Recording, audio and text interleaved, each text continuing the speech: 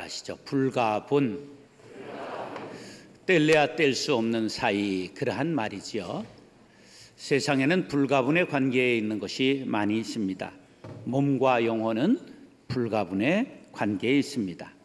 몸과 영혼은 다른 것이지만 몸 없는 마음 없고 마음 없는 몸이 존재할 수 없습니다. 몸에서 영혼을 분리시켜 볼까요? 여기서 이제 영혼을 뺐어요. 그럼 이게 뭐죠? 시체 덩어리지요. 그러면 이제 이번엔 영혼을 놔두고 몸을 뺐어요. 이게 뭐죠? 귀신. 그렇습니다. 그러므로 몸과 영혼은 분리될 수 없습니다. 정치와 경제, 불가분의 관계지요. 아무리 정치를 잘해도 경제가 나쁘면 반란이 일어나고 혁명이 일어나고 투표에 의해서 정권이 바뀌게 되고 지도자가 교체되지요. 돈과 권력, 불가분의 관계입니다. 돈 있으면 권력 잡으려고 하고 권력 있으면 돈을 가지려고 합니다. 그 하나만 가지고 있으면 허전하게 돼서 그것을 사모하게 된다고 정치학자인 피터슨이 말했습니다. 권력과 재산은 잠시 떨어질 수 있지만 결코 떨어질 수 없다. 왜냐하면 떨어지면 고통을 느껴서 돈은 권력을 매수하려고 하고 권력은 돈을 가지려 들기 때문입니다. 결국은 둘 중 하나는 이제 종말을 맞게 된다. 그런 얘기를 했어요. 권력과 돈의 숙명적 관계는 역사 속에서 늘 반복되지요. 사람 사이에도 불가분의 관계가 있어요. 부부는 불가분의 관계일까요? 아닐까요? 아닙니다. 님에다가 점 하나 찍으면 남이 되는 사연을 알아야 합니다. 돌아서면 남남이 되는 것이 부부입니다. 그러나 부모와 자식은 불가분의 관계가 있습니다. 혈연 관계이기 때문입니다. 피는 뭐보다 진하다고요? 물보다 진합니다. 가끔 입양아들이 부모를 찾아서 우리나라에 오는 것이 방송되기도 합니다. 연어가 다 자라서 모촌에 회귀해 오는 것처럼 그렇게 자기를 버린 부모를 그리워하며 찾는 것을 보게 됩니다. 신앙적으로 볼 때 불가분의 관계가 있습니다. 개인 구원과 사회 구원은 불가분의 관계입니다. 우리가 개인에게 복음을 전해야 그분이 구원받지요. 그런데 구원받은 사람은 세상의 소금과 빛이 되어야 합니다. 그래야 세상의 모든 토양이 복음을 받아들일 수 있는 옥토가 되기 때문입니다. 한국은 옥토가리에 실패해서 한국교회가 어려움을 겪고 있다는 것을 우리 자신이 명심하고 우리는 반드시 개인 구원과 사회 구원을 위해서 힘써야 됩니다. 그러므로 불의와 싸워야 되고 세상의 정의의 편에 서야 되는 것입니다. 오직 정의를 물같이 공의를 하수같이 흘릴지로다. 아모스 5장 24절 말씀입니다. 성경 전체의 가르침을 한마디로 말해라 사랑입니다. 이 사랑을 예수님은 하나님 사랑과 이웃 사랑으로 두 가지로 나누셨습니다. 뗄래야 뗄 수가 없습니다. 하나님을 사랑하노라 하며 이웃을 사랑하지 않는 것은 거짓말입니다. 이웃을 사랑하노라 하며 하나님을 사랑한다는 것 헛것에 불과합니다. 하나님을 사랑하는 자는 반드시 하나님의 형상을 가지고 태어난 형제를 사랑해야 합니다. 그렇기에 하나님과의 사랑, 이웃 사랑은 불가분의 관계입니다. 이외에 불가분의 관계를 맺는 소소한 것들이 이루다 말할 수 없이 많습니다. 찐 삶은 고구마와 뭘 그렇게 어렵게 생각해? 동치미가 있잖아. 삶은 고구마는 동치미와 먹어야 돼요. 꽃이 있으면 뭐가 있어요? 벌과 나비가 있게 마련이지요. 개구리는 뭘 생각해야 돼요? 올챙이 쪽을 생각해야 돼요. 오늘 본문은 신앙의 균형과 조화에 대해 말씀하고 있습니다. 이것이 중요한 야고보서의 주제입니다. 마치 바울과 야고보가 갈등하고 대립하는 것 같이 보여요. 믿음과 행함의 관계를 논하고 있습니다. 세상의 모든 것이 균형이 깨지면 불행해집니다. 경제의 양극화, 세상이 병들고 교회의 양극화, 목사가 병듭니다. 조화라는 말도 같은 뜻입니다. 찬양대의 생명은 하모니입니다. 자연에서도 조화가 제일이지요. 천지의 이치도 음양의 조화가 이루어져야 합니다. 조화로운 세상, 아름답다고 말합니다. 신앙도 마찬가지입니다. 믿음이 좋다는 사람들이 행함이 없다면 세상 사람들이 의구심을 갖게 되고 무엇을 믿어야 될지, 무엇을 본받아야 될지 알 수 없게 됩니다. 균형 잡힌 몸매를 가져야 미인이라고 소리를 듣지요. 자연과 인공물이 잘 조화되어야 아름다운 도시가 되는 것입니다. 신앙도 균형과 조화가 맞아야 됩니다. 그 균형과 조화가 무엇이냐? 믿음과 행함이라고 오늘 성경은 말씀하고 있습니다. 사랑하는 형제 자매 여러분, 오늘 본문 말씀을 상고할 때 자신을 돌아보아 나의 믿음이 바로 섰는가 확인하시기 바랍니다. 과연 나의 믿음은 행함을 동반하는 믿음인가, 균형 잡힌 믿음인가, 조화로운 믿음인가 생각하며 건강한 신앙인으로 거듭날 수 있게 되기를 예수님의 이름으로 축원합니다. 따라하시죠. 죽은 믿음. 사도 바울은 믿음으로만 구원받는다고 누누이 강조했습니다. 예수 그리스도를 믿음으로 말미암아 모든 믿는 자에게 미치는 하나님의 의인이 차별이 없느니라. 사람이 의롭게 되는 것은 율법의 행위로 말미암음이 아니요 오직 예수 그리스도를 믿음으로 말미암는 줄 알므로 우리도 그리스도 예수를 믿나니 이는 우리가 율법의 행위로서가 아니고 그리스도를 믿음으로써 의롭다함을 얻으려 함이라. 율법의 행위로서는 의롭다함을 얻을 육체가 없느니라. 이 믿음으로 의롭다함을 받는다는 주장은 로마서 1장 17절로 출발했습니다. 오직 의인은 믿음으로 말미암아 살리라. 이 말씀에 이제 근거를 뒀는데 이 말씀에도 근거가 있어요. 하박국 2장 4절입니다. 보라, 그의 마음은 교만하며 그 속에는 정직하지 못하나 의인은 그의 믿음으로 말미암아 살리라. 중세 가톨릭은 전부 행위를 위주로 구원을 주장을 했어요. 여기에 가톨릭의 신부요, 수도자요, 신학자였던 루터가 로마서 1장 17절에 은혜를 받고 이것은 아니다. 그리고 일으킨 것이 종교혁명이요. 그리고 바로 그를 통하여 우리 개신교가 탄생하게 된 것입니다. 우리 개신교의 특징을 한마디로 말하면 이신칭의, 믿음으로써 의롭다함을 받는다 하는 것입니다. 그런데 오늘 본문은 믿음으로써 구원받는다는 이신칭의를 흔드는 이야기가 나오고 있습니다. 14절로 18절 시작. 내 형제들아, 만일 사람이 믿음이 있노라 하고 행함이 없으면 무슨 유익이 있으리요? 그 믿음이 능히 자기를 구원하겠느냐? 만일 형제나 자매가 헐벗고 일용할 양식이 없는데 너희 중에 누구든지 그에게 이르되 평안히 가라, 덥게 하라, 배부르게 하라 하며 그 몸에 쓸 것을 주지 않으면 무슨 유익이 있으리요? 이와 같이 행함이 없는 믿음은 그 자체가 죽은 것이라. 어떤 사람은 말하기를 너는 믿음이 있고 나는 행함이 있으니 행함이 없는 네 믿음을 내게 보이라. 나는 행함으로 내 믿음을 내게 보이리라 하리라. 아멘. 야고보는 행함이 없는 믿음의 사람들에게 사형 선고를 언도하고 있습니다. 그러므로 행함이 없는 믿음이 죽은 믿음인 까닭을 오늘 본문은 세 가지로 말합니다. 첫째로 유익이 없다. 두 번째, 말만 앞세운다. 세 번째, 믿음을 증명하지 못한다. 믿음은 행함으로만이 증명될 수 있다고 야고보는 주장하는 것입니다. 우리의 신앙 고백은 세 종류의 고백이 있습니다. 첫 번째, 머리로만 아는 지식적 고백. 두 번째, 입으로만 말하는 의식적 고백. 마음으로 고백하는 신앙적 고백이 있습니다. 여러분의 고백이 신앙적 고백이 될 수 있기를 축원합니다. 지식으로 알고 입으로 고백할지라도 마음으로 믿고 행함으로 열매 맺지 못하면 가짜입니다. 그런 사람은 형제가 궁핍한 것을 보고도 말로만 배부르라, 더 먹어라 그렇게 말하면서 주지 않는 사람과 같다는 것입니다. 18절 말씀은 언뜻 보면 믿음과 행위가 대립되는 듯한 인상을 받을 수가 있습니다. 그러나 야고보가 하고자 하는 말씀은 믿음과 행함은 동전의 양면과 같아서 뗄래야 뗄 수 없다는 주장입니다. 자, 한번 따라하세요. 믿음의 특징은 보이지 않는 것입니다. 이 보이지 않는 믿음을 증명할 수 있는 게 뭐라고요? 행함이라는 거예요.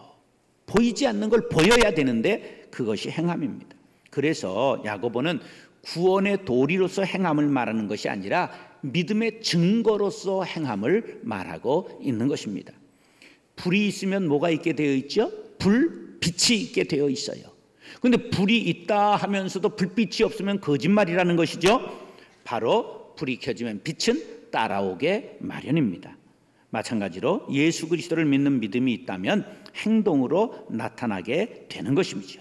고로 행함이 없이는 믿음을 증명할 수 없습니다. 따라서 행함이 없는 믿음은 죽은 믿음이요 예수님은 심판받게 된다고 마태복음 25장에서 말씀하셨습니다. 시작.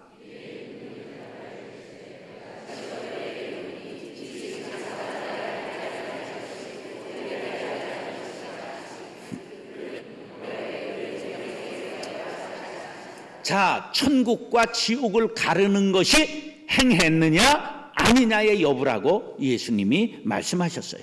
물론 구원에 이르는 것은 예수를 구주로 믿는 믿음으로만 가능한 것이 진리입니다. 하지만 그 진리의 믿음을 보여주는 것이 뭐라고요? 행함이라는 것을 알아야 합니다. 사랑하는 형제 자매 여러분, 오직 예수 그분만이 당신을 구원하실 수 있는 유일한 구주로 믿으십니까? 그러면 행함을 보일 차례입니다. 행함으로 산 믿음을 증명하는 성도들이 되시기를 십자가를 지심으로 구원을 완성하신 예수님의 이름으로 축원합니다. 따라서 헛된 믿음. 야고보가 오늘 말씀을 할 때 디아트리베 방식으로 말을 합니다. 이 디아트리베라는 말은 가상의 대상을 정해놓고 대화하는 것을 지금 디아트리베라고 말해요. 근데 야고보에게 있어서 디아트리베는 누구냐? 행함이 없는 믿음의 사람들, 그들을 지금 대상자로 대화를 하고 있는 거예요. 그런데 그들에게 독서를 퍼붓고 공격적인 언사를 보이고 있는 것이 나타납니다. 19절, 20절, 26절 시작.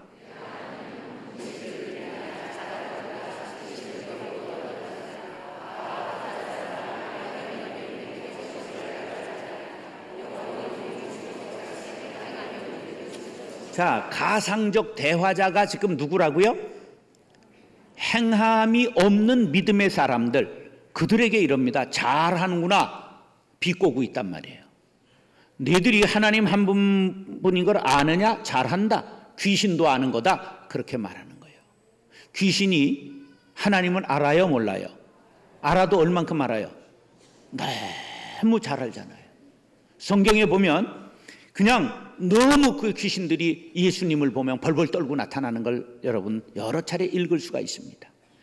자, 이 하나님이 유일하신 하나님이라는 건 참 하나님이라는 거예요. 신이, 거짓 신이 많아요. 신이 많지만 잡신이 많아요.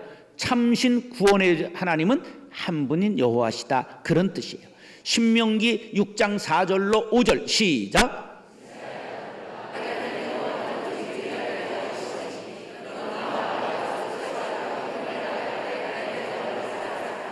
하나님은 몇 분? 유일한 여호와 한 분, 참신은. 그렇기 때문에 이스라엘 백성들은 이걸 전부 마음에 새기고 갓나서부터 이걸 암송하게 한 거예요. 우린 옛날 국민교육헌장 했잖아요. 우리는 민족중흥의 역사적 사명을 띠고 이 땅에 태어났다. 저상의 빛난 얼을 오늘에 되살려 안으로 자주 독립의 자세를 확립하고 밖으로 인류 공영의 이바지아의 때다. 이게 지금도 나오잖아요, 제게. 근데 이스라엘 사람들 찌르면 뭐가 나오냐? 신명기 6장 4절로 9절에 쇠마의 말씀이 나오는 거예요. 들으라! 이렇게 시작하기 때문에 쇠마 그러는 거예요. 바로 거기에 유일신 하나님을 가르치는 사상이에요. 이것은 새 이스라엘 된 우리들에게도 중요한 믿음입니다. 예수님도 말씀하셨어요. 이스라엘아 들으라, 주곧 우리 하나님은 어떤 주시라? 유일한 주시라. 할렐루야. 우리는 기독교 신앙은 하나님을 유일신으로 받드는 것, 이게 기본적인 거예요. 그런데 다는 아니에요. 뭐냐? 귀신들도 그건 알기 때문이에요. 귀신들이 예수님 보고 벌벌 떠는 장면이 마가복음 1장에도 나오고요, 마가복음 5장에도 나오고 마태복음 8장에도 나와요. 마태복음 8장에 한번 제가 읽고 노란 건 같이 읽겠습니다. 또 예수께서 건너편 가다라 지방에 가심에 귀신 들린 자들이 무덤 사이에서 나와 예수를 만나니 그들은 몹시 사나워 아무도 그 길로 지나갈 수 없음 지경이더라. 시작.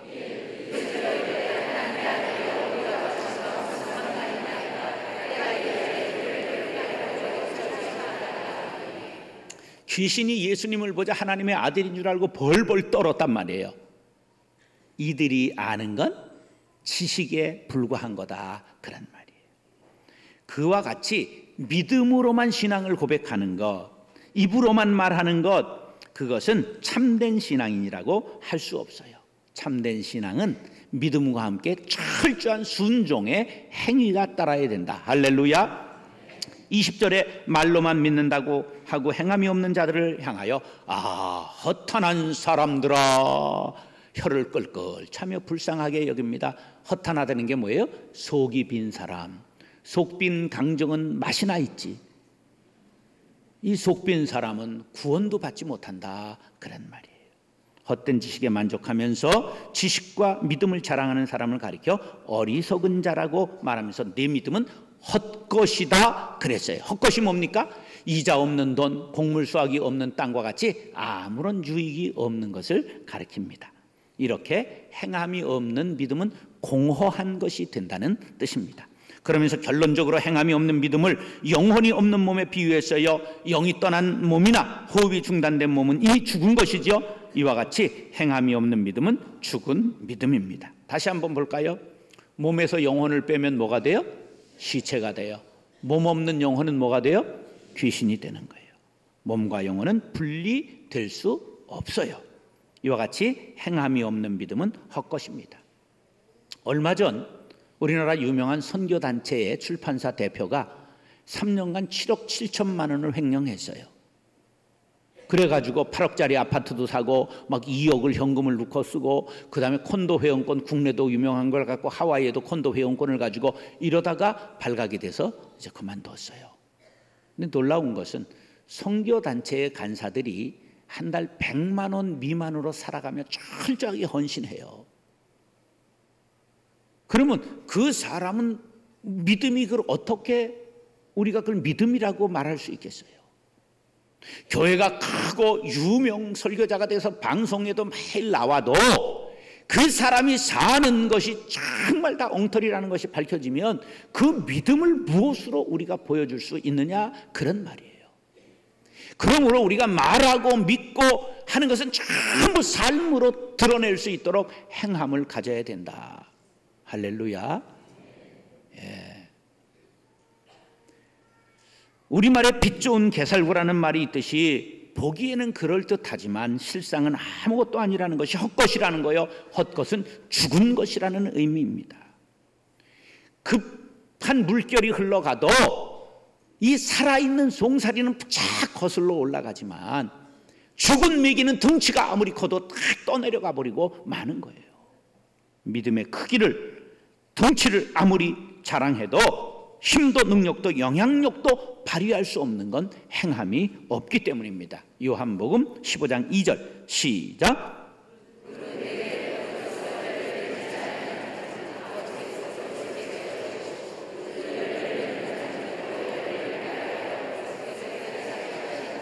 행함의 열매가 없으면 가지를 잘라버리겠다는 거예요. 사랑하는 형제 자매 여러분, 행함이 없는 믿음은 헛된 믿음, 죽은 믿음입니다.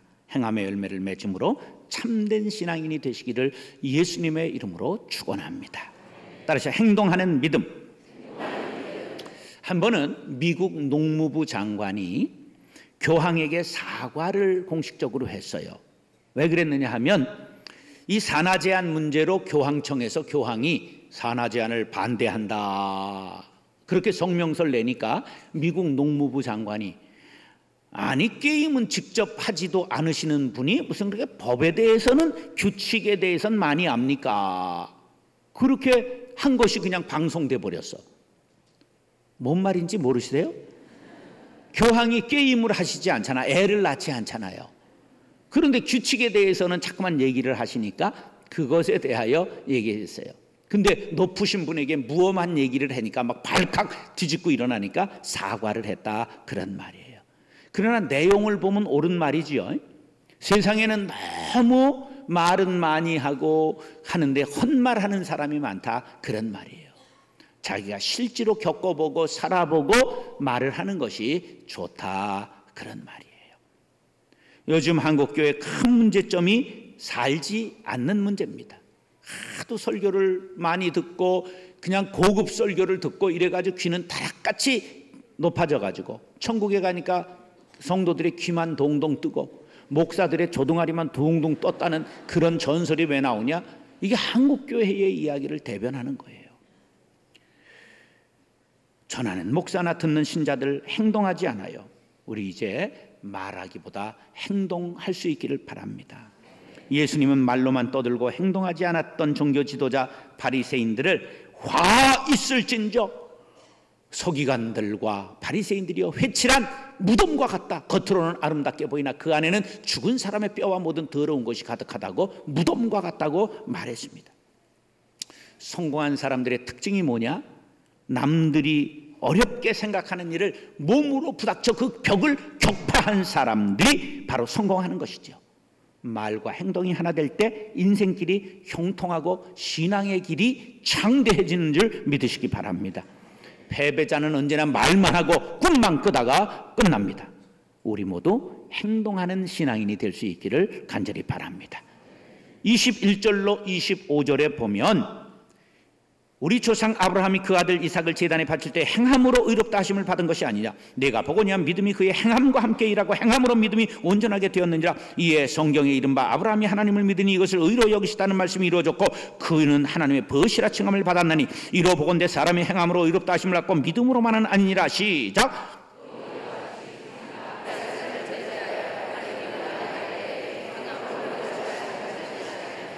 야고보는 행함으로 의롭다함을 받는다는 것을 증명하기에 아브라함과 라합의 예를 들고 있습니다.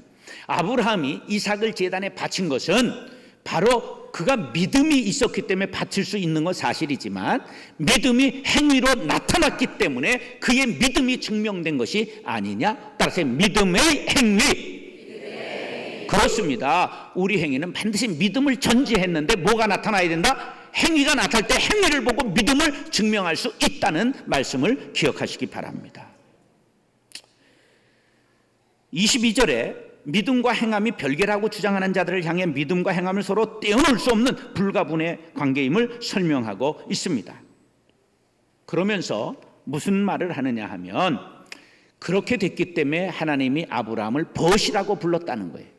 우리도 행함으로 믿음을 살아내는 사람을 가리켜 하나님이 친구 삼아주실 줄 믿으시기 바랍니다. 믿음과 행위는 결코 분리될 수 없습니다. 진실된 믿음에는 반드시 행위가 수반됩니다. 그럼 왜 라합을 예로 들었느냐? 그것은 아브라함과 같이 유명한 사람뿐만 아니라 라합과 같이 보잘것없는 사람도 행함으로 믿음을 보이면 구원에 이른다. 우리와 같은 범인들도 행동할 때 하나님께서 친구로 여겨주시고 구원해 주신다는 사실을 믿으시기 바랍니다. 모든 그리스도인들은 행동하는 신앙인이 되어야 됩니다. 마가복음 5장에 보면 12의 혈루증 앓는 여인이 나와요. 그 여인이 종합병원, 전문병원, 민방요법 안 해본 것이 없지만 낫질 않았어요. 그때 그가 예수님의 소문을 듣고 간절한 마음의 소원이 생겼어요. 내가 예수님의 옷가라도 만지면 낫겠다. 이런 마음을 가지고 예수님이 자기 마을에 온다는 소리를 듣곤 군중 속에 섞여가지고 그냥 밀고 들어가서 예수님의 옷가를 만졌습니다. 그랬더니 어떤 일이 일어났어요? 예수님이 누가 내 옷에 손을 대었느냐 아셨단 말이에요. 예수께서 이르시되 딸아 네 믿음이 너를 구원하였으니 평안히 가라. 네 병에서 놓여 건강할지어다. 어떤 믿음이 중요하다고요? 행동, 믿었으면 행동하라. 그러면 기적이 일어납니다. 수많은 사람들 헤비타트 운동도 자기의 생을 포기하고 가난한 사람의 집을 지어주겠다고 나온 미국의 변호사 밀러드와 풀로 부부에 의해서 시작되었습니다. 1844년 런던 한 가게의 점원이 불량 청소년들을 불쌍히 여겨서 그들을 돌보기 시작한 것이 YMCA가 된 것입니다. 신명기 30장 14절 시작. 오직 그 말씀이 내게 매우 가까워서 내 입에 있으며 내 마음에 있은즉 내가 이를 행할 수 있느니라. 여러분 마음에 길이요 진리요 생명 되시는 예수님의 말씀이 들어왔습니까? 그렇다고 한다면 이 말씀이 능력이 돼서 이미 우리들에게 행할 수 있는 능력이 있는 것을 믿으시기 바랍니다. 사랑하는 형제 자매 여러분, 여러분의 믿음을 행함으로 보이는 행동하는 신앙인이 될 수 있기를 예수님의 이름으로 축원합니다.